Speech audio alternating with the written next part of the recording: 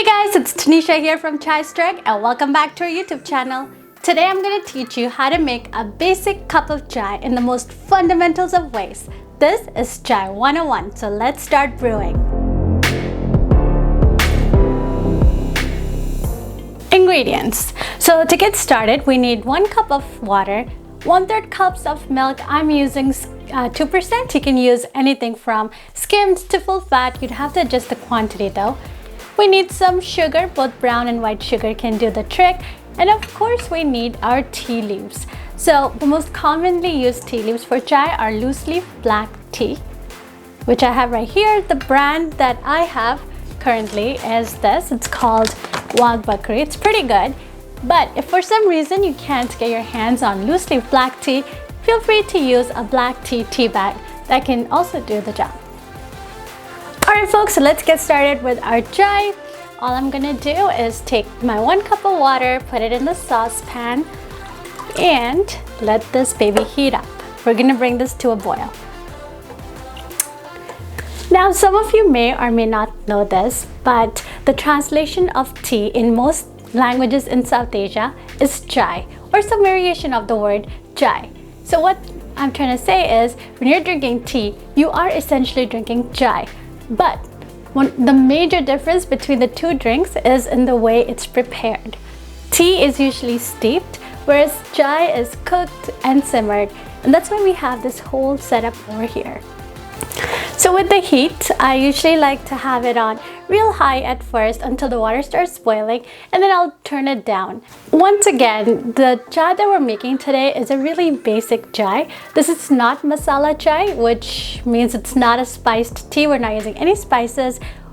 The point of doing this is to make chai really accessible for you, for those of you who may or may not have access to different spices. I'm gonna go ahead and put 1 teaspoon of tea into my water because it's now boiling and ready for the tea. I'm gonna brew this for about 2.5 minutes. The range is usually between 2 to 3-ish minutes. And the thing about chai is that there are no real rules. So if you like a stronger brew, you can brew it for a longer time. You could also up the quantity of tea you use. And of course, if you like it to have a more subtle flavor, you can add in less tea leaves and brew it for a shorter amount of time. So this is sort of my ideal time. 1 teaspoon of tea brewed for about 2.5 minutes for 1 cup of chai. It always helps to also take the saucepan and kind of move this around. You want to be careful in this step, but just gets everything from the edges as well. So like I said, the tea leaves that we use is loose leaf black tea. And the cool thing about this is it's called CTC, which stands for crushed tea curl, and it just refers to an extra step in the processing where the tea leaves go through these huge cylindrical spheres where the leaves are really crushed, and that causes the cells to oxidize.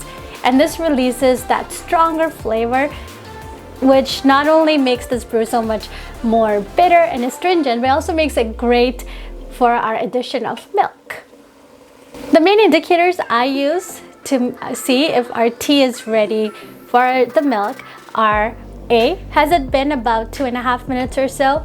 B, is there a change in color? So there should be this amber or burgundy sort of a color, and that kind of tells you that it's been cooking all right. And the third one is the aroma, of course. It smells so good. It's honestly such a fresh and happy smell. So based on my observation, our tea is ready for the milk part.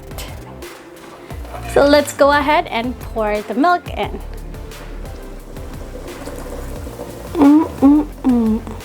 There we go, our golden liquid.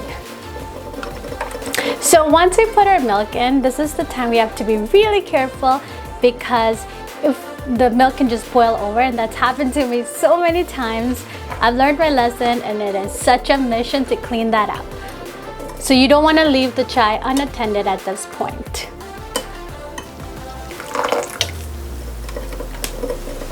On my trips to India, I would always notice chai walas just fiddling around with the chai, and I thought they're just, connecting with their chai. That's their bread and butter. But what I realized now is what they're actually doing is aerating the tea, which essentially means that they're exposing the tea liquor to the oxygen in the air around it, and that causes those nice frothy bubbles at the end. And another way to aerate your chai is by pouring it back and forth between the saucepan and the cup once it's done, and that also gives you those nice bubbles. It also cools it down so that you can drink it for a longer time.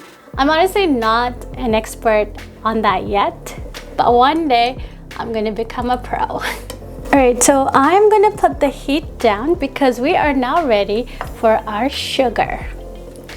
So I'm gonna go ahead and put 1 teaspoon of sugar in this chai.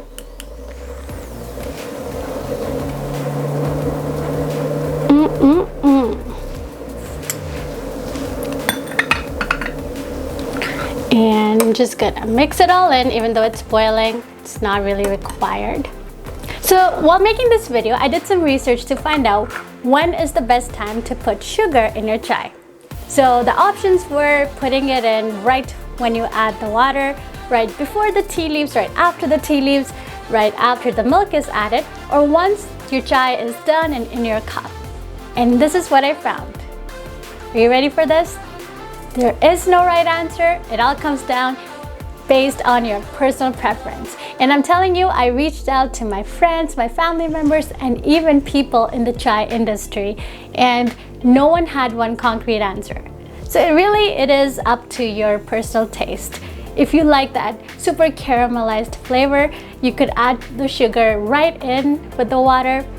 If you don't like the sugar to be really cooked, but you like it to be nicely diffused still, you can put it in once the chai is almost done.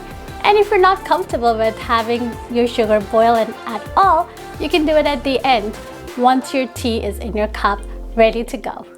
So to see if my chai is ready to go, there are a couple of indicators I use for this as well. A, it's been boiling for about 1.5 minutes to 2. B, there is some fat, milk fat collecting on the top, so that also tells me that the processing is basically done. And third, we have a thick, frothy liquor. So that tells me that our chai is almost ready to be done. I'm gonna put up the heat and give it a big boil. I do that about twice, calling it the double boil, but again, you have to be really careful in this step. I really wish you guys could smell what I'm smelling. I love the sound of the roaring bubbles of chai.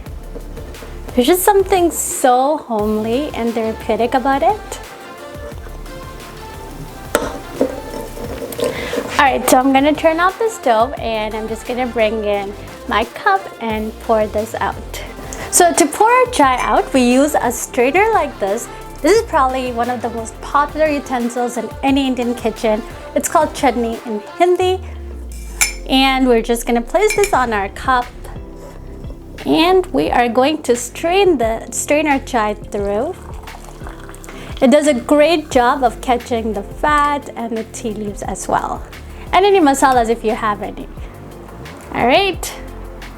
And there we have it, guys, our delicious cup of chai. And there we have it, friends, a really simple yet delicious cup of chai. I've taught you the science of this, and it's up to you to turn this into your own art. See how much tea, sugar, and milk you like adding, and how long you like brewing it for. Let me know your perfect recipe in the comments below.